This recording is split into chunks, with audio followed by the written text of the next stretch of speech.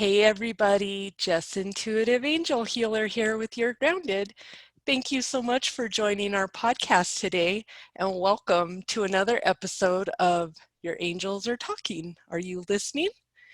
Inspirational stories of angelic and universal miracles.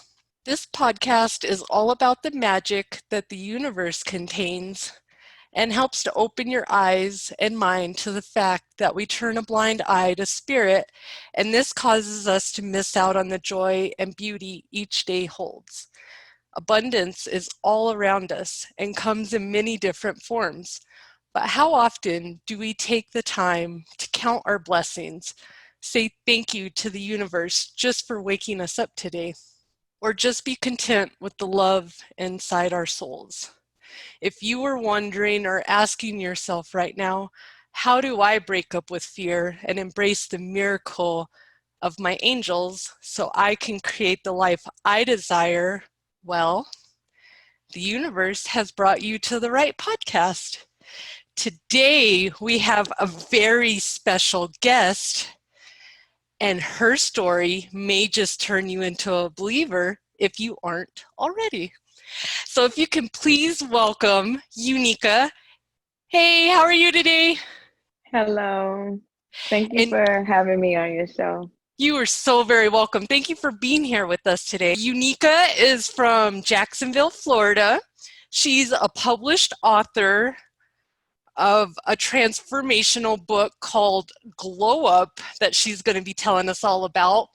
And she's a public speaker and writer. So thank you so much for being here today. Love your story, and I'm so excited for you to be here to share it because many of my audience consists of so many different people around the world who join in, and it's all about hope, and it's all about people who bring us hope. And your story, you started off when you were 17 and you were just trying to make it out of the struggle.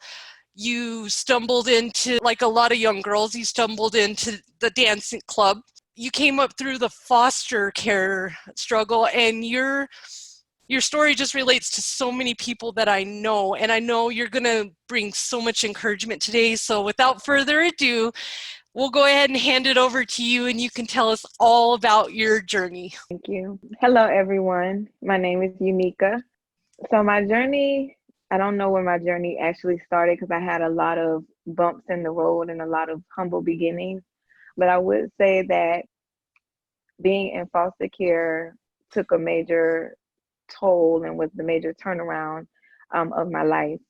I got into foster care when I was 11 years old. I was in the 6th grade, and I pushed myself to go to school because I didn't have parental guidance or anything. And I struggled a little bit because I used to run away a lot. I lived in over 30 foster homes. So I used to run away a lot, but I always stayed ambitious and stayed on top of myself.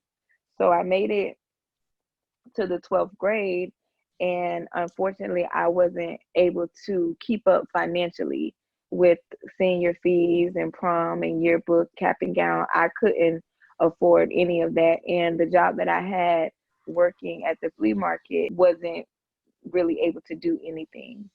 So I went out, I met this girl on the city bus named Diamond. She's been a very close friend to me. She was dancing, and she was older than me. I was 17. She was like 23 or 24.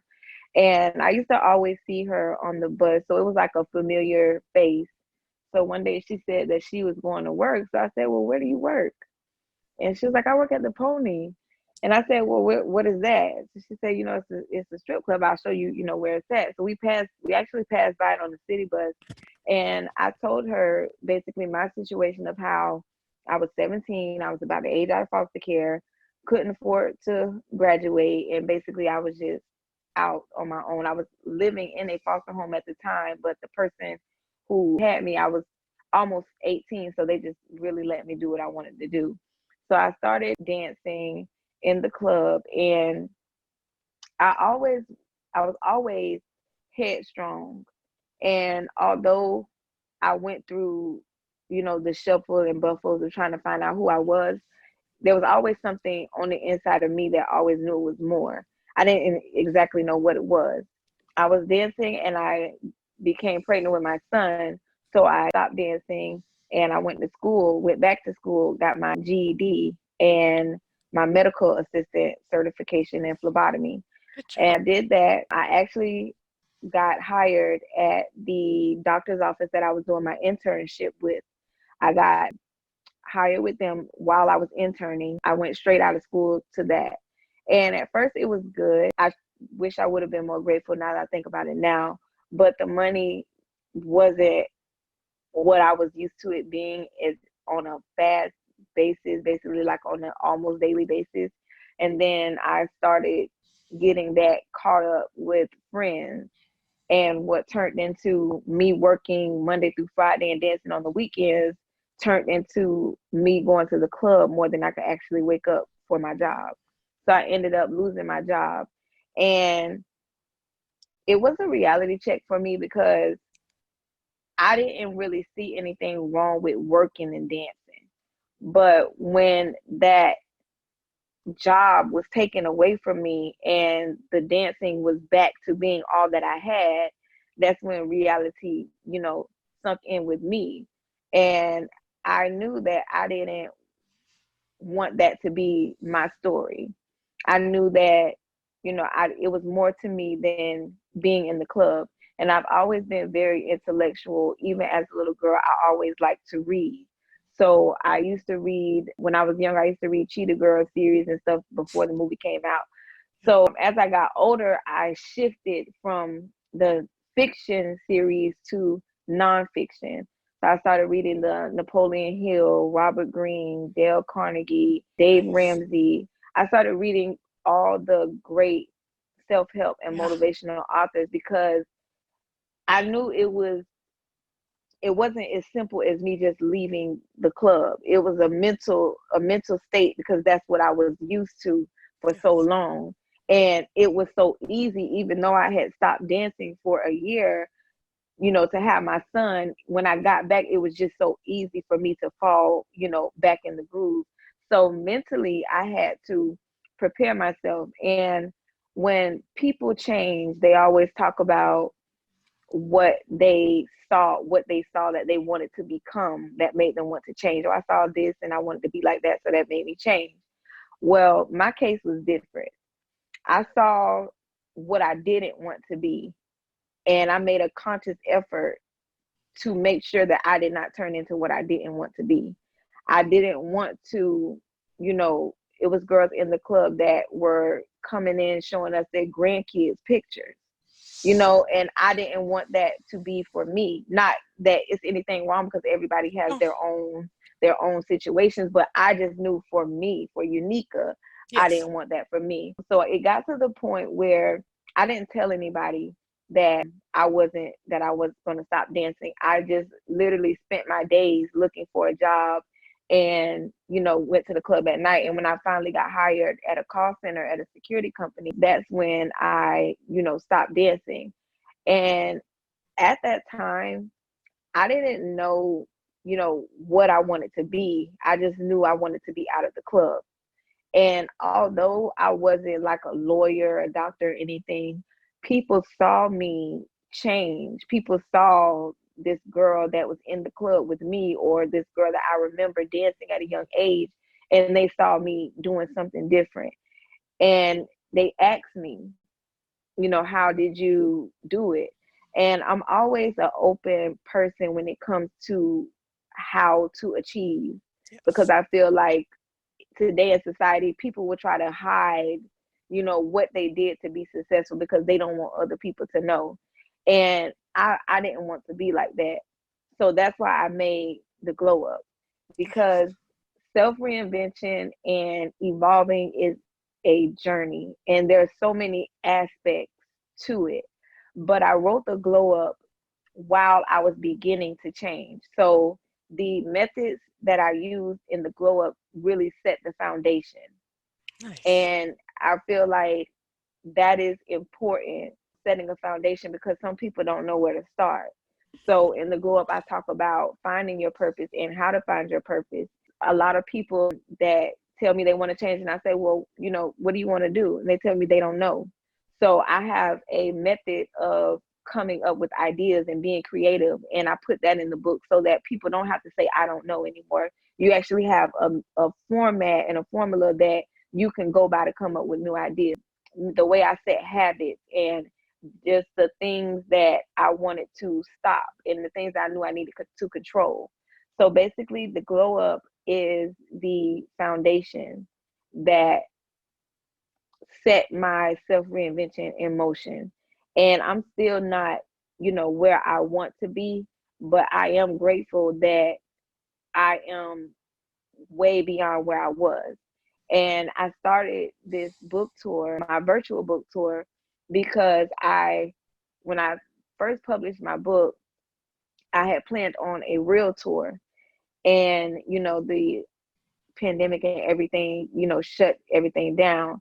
And at first I wasn't really, I was going to postpone everything until maybe next year, but I saw everybody panicking and I saw everybody worried about, is it the end of the world or what am I going to do? So I started this book tour, which is still Glowing Up, which is what we're on right now. And I started the tour because I am a person that will share information. And I am a person that, although I'm not exactly where I want to be, I know I've came a long way and I want someone to see that. And I want to help someone with that. So Still Growing Up is basically a reminder and my gift to everyone who is willing to listen and willing to change, that even though we are in these times that we're uncertain or we're adapting to new normalcy, we should always still be glowing up. And that's what the book and my book tour and this interview is about. It touched me when you were talking because one of my best friends is a dancer and she's been dancing her whole, I've got chills, sorry. She's been dancing her whole life. Me and her are the same age, and it's funny because every girl, young girl especially, has that opportunity. It's like the devil comes in and says, hey, want some quick, easy money? Here you Yeah. go. And the funny thing is the devil didn't know when he came up to me and asked me that question. I was half tempted because I was like, you know what, I'm not that ugly. I'm sure I could.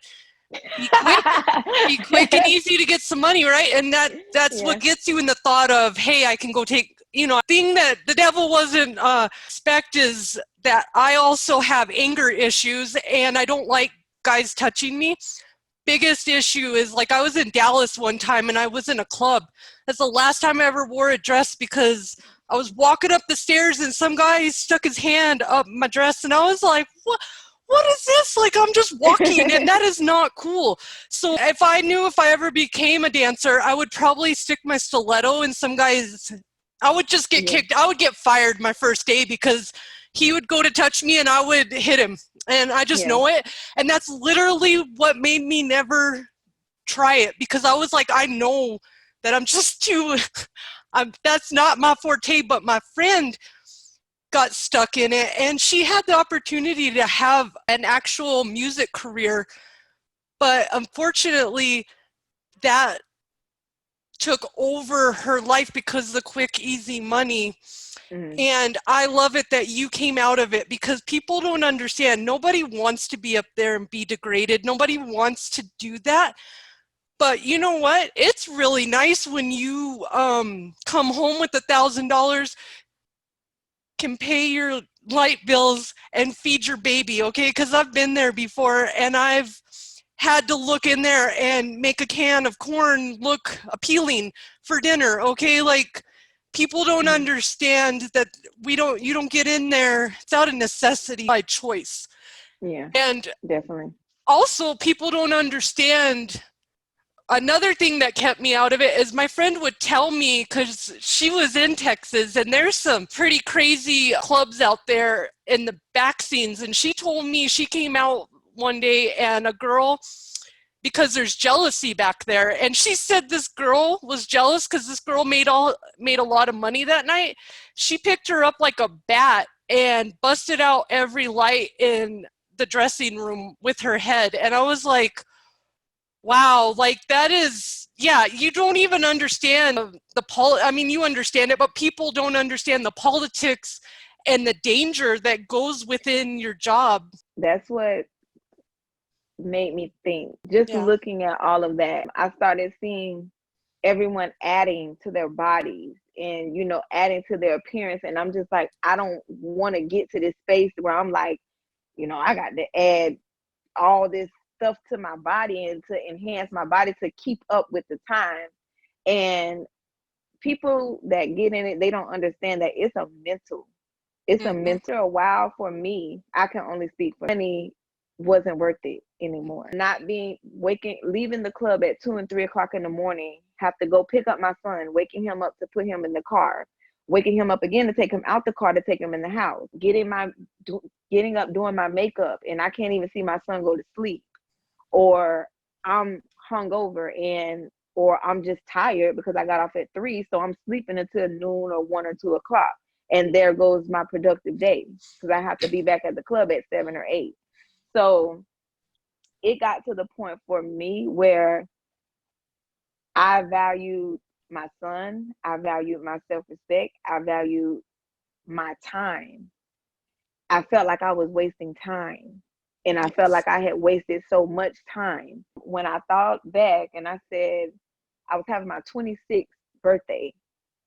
I started this when I was 17, but I'm having my 26th birthday. Nice. So I sat in there because I had a party at the club. So I made a lot of money that night on my birthday, but I was just, it just wasn't worth it. It just wasn't worth it anymore. That night I made up my mind. I said, okay, you done had your party at the club. You've done everything. You know, the next thing for you to do is go and get some plastic surgery or something, because that's about the only thing you haven't done. So I just didn't want that to be the story of my life. And after this interview, I want to send you a book so you can give it to your friend. I would love that. Well, I'm going to ask you a couple questions about your journey because I've experienced so many different people in my life, and I love it that I know there's a lot of people out there that can connect with your message right now. And I just want you to know that she's proof right here that the angels are always here with you. Unfortunately, when you're going through it, they can't be there because they can't participate in bad things. So they kind of have to sit in the background. But that's what your angels finally did for you. They kind of like, they never completely go away. They just kind of tap you on your shoulder like, Mm-hmm. hey, are you ready yet? And you're like, nah, not yet. And they're like, okay, well, I can't help you. I'll be over here. And then Yeah. that's what happened with me. One day my angels are like, hey, are you ready to listen to us and do it our way? I'm like, yeah, I guess so. And it's amazing how I always tell people it's one moment. One moment changed your whole life. And it's just Mm-hmm. about getting to that one moment and believing in yourself and not ever making your circumstances your reality, because it takes one moment to change everything here. I've had over $100,000 in my hands and I've been completely broken and not eaten for a week.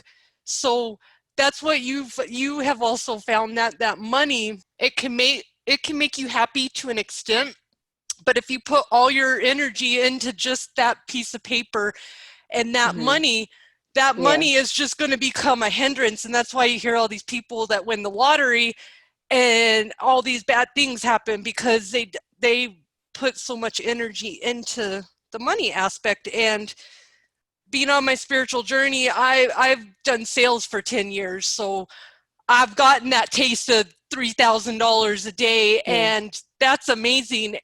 But I've also learned to be humble and be okay and know that I'm abundant, whether or not I have, a million things or nothing. I love your whole attitude. I'm going to get to these questions real quick.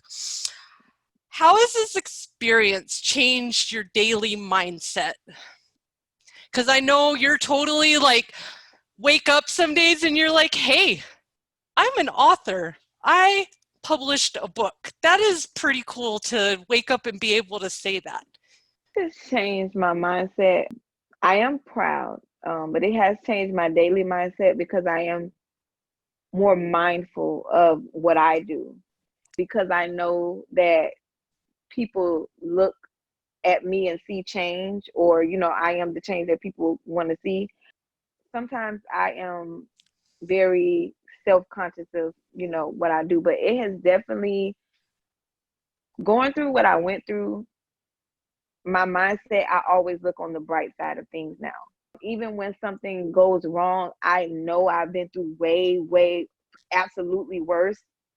So I always try to look at the bright side of things. I do a lot of mindset work because I read Nice. rigorously. I read a lot of Robert Greene and things like that. Daily, my mindset is just be grateful and humble. And I would like to point out, for those of you that are not aware of who Robert Greene is, my friend actually turned me on to that, The Art of War, The I think. the art of Art of Seduction, seduction. excuse me. Yes, it's And so good. when I was to this in 2015, and this was when I was going through my toxic marriage, and it was funny that my mindset was so closed that he was asking for these books and I was sending them to him, right? And I started looking at them and I was like, what are you reading? First of all, I didn't understand what he was reading because I've never heard of that book. And he told me, well, go look into Hay House. He told me to look into those. And I came and I started looking, and on YouTube, that is very high level reading. So I've taken college classes, but I read it and it took me a minute to understand what is he talking about here. Yeah, and the 48 Laws of Power. Yes. I have every book that he ever wrote. And I think that's what really matured because people don't understand. I didn't have any guidance. So I take my books so seriously because those are my teachers. Those are my therapists. Those are my psychologists. Those are my financial advisors. I have a book on living well and spending less. And then I have the 48 Laws of Power with Robert Greene. And I have How to Stop Worrying and Start Living by Dale Carnegie. So people Nice. don't understand that those books really transform your mindset when you're really reading them. And it is an advanced reading, especially Robert Greene, because of how he goes back in time and tells those ancient stories and Yeah. compares. So you're kind of like, wait a minute. But people really don't understand. I'm a big advocate for reading. Because that just shows right there, those are hard books to read. And for you to be able to grasp the concepts in there, that's like kudos to you for being able to understand the reading in there. Because Lois Hay, yeah, And I he got love it. I yeah. love it because, yeah, and my friend told me you need to start with something more basic, and he sent me to Lois Hay because I was like, he's like, you're gonna hurt yourself with this because it was powerful knowledge. You should try Napoleon Hill too. There's a book called Spirit Warrior. If you Mm-hmm. ever get a chance, it's just called Spirit Warrior, and it's talking about how to handle stuff as a warrior and not a soldier, because a spirit warrior is different than a soldier. A soldier is more expendable. There's a Oh million of yeah. them.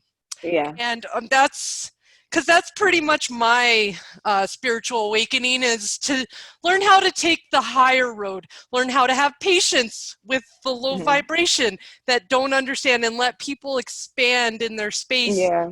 as they learn. How do you find yourself being more optimistic and less confined by fear since your experience? And what are a few examples that you would say? I would say this, probably this This book tour tour, is one of them. yes, this book tour is definitely one of them. I can say my book, I saw a lot of people, they look for publishers or look for this and look for that. So with this whole process of my book, with writing it, with finding the print shop, with negotiating prices with the print shop, and going and picking up my boxes of books. So this whole process has made me optimistic and has made me find different ways and avenues of, doing things. A lot of people told me to, well, just put your book on this website or put your book on that website. And I'm like, I made my own website from scratch. It's just this whole process, but I think it's because this is something that I really love. Yes. And It's part of your I, purpose. yeah, it's a part of my purpose, and it's something that I really want to help people, and I will go out of my way to make sure, that I am able to help people. So this whole process, even like you said, the book tour with me having to maneuver and find a way around, and even aside from that, I remain optimistic and, kind of a positive attitude, because there is, and this is something that I want everyone to know, when you do evolve, there are people that will try to creep in and bring your past up. They will. They really will. But that's when you have to, remain optimistic, remain focused, and always just look at the positive side of things. There's definitely a lot of moments in my life where I remain optimistic. What would you say your daily self-care routine looks like for you since your experience? What helps you keep your mind, body, and soul balanced to avoid disruption and keep you going on your current journey? First, I meditate. I'm a very, very, very spiritual person. So I meditate. Meditation, everyone meditates their own way. Some people, when I first started meditating, they used to tell me, well, you have to not think about anything or like control your thoughts. But then I looked it up, and everyone meditates differently. So me, when I meditate, I really just let my mind just go.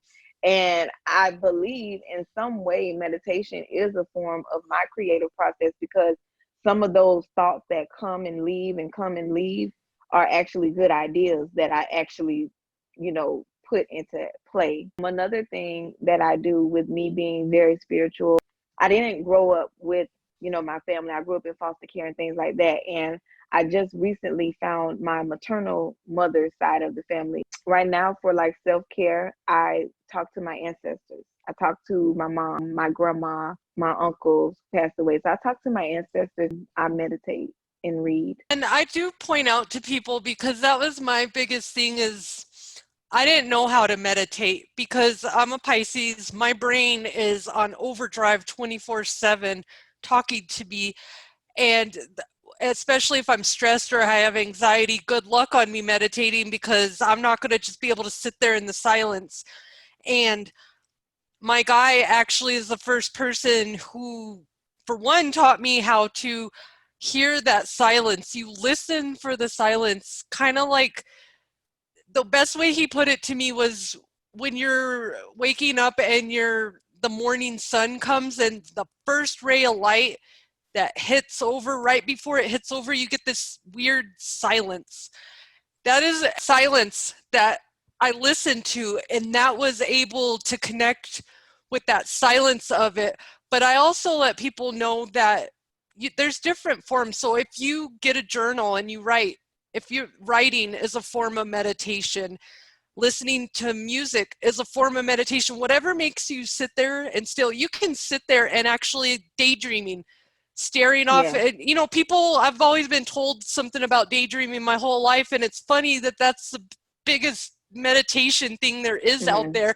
And people Yeah. always love to snap their fingers and ask me if I'm coming back down. I'm like, no thank you, I like to be in my other world, please. Yeah. You're disturbing me. Meditation, we don't, a lot of people also don't understand that the meditation is simply to receive your prayers. When you send your prayers up there, you pray. When you meditate, you receive the answers to your prayers. And if people would just break it down, I'm like you. My biggest pet peeve is when you know something and you won't give me the answer. Or you're Mm-hmm. like, I don't know. When I first started, I wanted to get Reiki attuned, and I asked this whole group of spiritual people, over 20 people at this party. And I said, hey, where is the Reiki person in town that can get me attuned? No, I don't know. And I was like, none of you know where to get Reiki attuned at.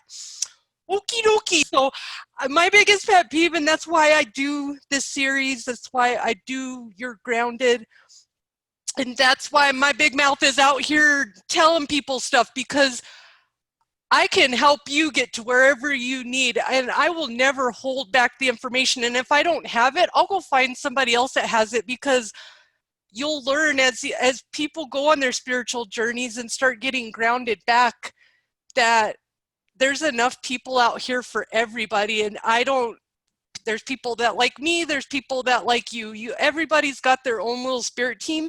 And just because you give somebody a hand up doesn't mean that they're just going to take over and you're not going to be successful. And Yeah. scarcity is a big mindset out here that I'm trying to help people break, is a scarcity mindset.